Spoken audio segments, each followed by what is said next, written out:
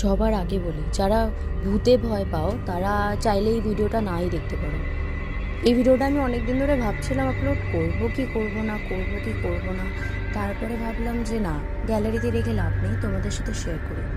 তো যথারীতি এটা একটা ছিল আমার ব্রাইডাল ব্লগ। ছোটো ছোটো করে ক্লিপ নিয়েছিলাম, কারণ ফার্স্ট টাইম আমি এরকম একটা গ্রামে যাচ্ছিলাম, অনেকটা গাছে গাছে ঘেরা, মানে পুরো মানে কলকাতা থেকে একেবারে আলাদা। তো যাওয়ার সময় আমাদের তেমন কোনো অসুবিধা হয়নি, এই সুন্দর পরিবেশটা দেখতে দেখতে গেছিলাম। বাট ওই ভ্যান কাকু, মানে যেই কাকুটার ভ্যানে আমরা করে যাচ্ছিলাম, তিনি এখানকার অনেক ভয়ানক গল্প শোনাচ্ছিল। কারণ লোকেশনটা অনেকটা দূর ছিল, স্টেশন থেকে প্রায় 1.5 থেকে 2 ঘন্টা ভিতরে ছিল।